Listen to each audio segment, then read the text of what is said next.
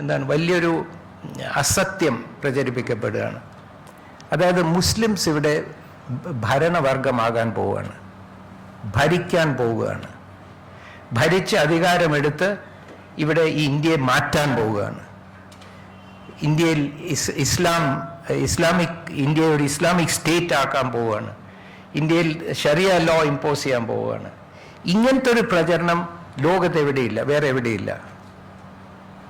ഈ മുസ്ലിം മൈനോറിറ്റി കൺട്രീസിനിടയിൽ ക്രെഡിബിളായിട്ട് ഇത് സ്പ്രെഡ് ചെയ്യാൻ ഒത്തിട്ടില്ല.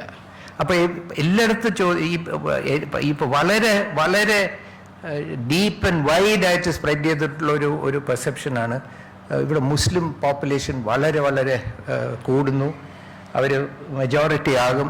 അപ്പം ഞാൻ പലപ്പോഴും പറയാറുണ്ട്, നബിയുടെ സമയം മുതൽ ഇന്ന് വരെ കേരളത്തിൽ ഇസ്ലാമുണ്ട്, പക്ഷേ കേരളത്തിൻ്റെ 75% ആൾക്കാർ മുസ്ലിംസ് അല്ല. ഈ ലോകത്ത് ഇത്രയും നാൾ കഴിഞ്ഞിട്ടും ഞാൻ പറഞ്ഞ പോലെ 50% കൂടുതൽ 7 രാജ്യങ്ങളേ ഉള്ളൂ. അപ്പോൾ മുസ്ലിംസ് പരക്കെ പറയുന്ന ഒരു അസത്യം, മുസ്ലിംസ് എവിടെ വന്നു കഴിഞ്ഞാലും 100 വർഷത്തിനുള്ളിൽ എല്ലാവരെയും കൺവേർട്ട് ചെയ്ത് അതൊരു ഇസ്ലാമിക് രാജ്യമാക്കും എന്നാണ്. അത് ശരിയല്ല, തീരെ ശരിയല്ല, വലിയ അസത്യമാണ്.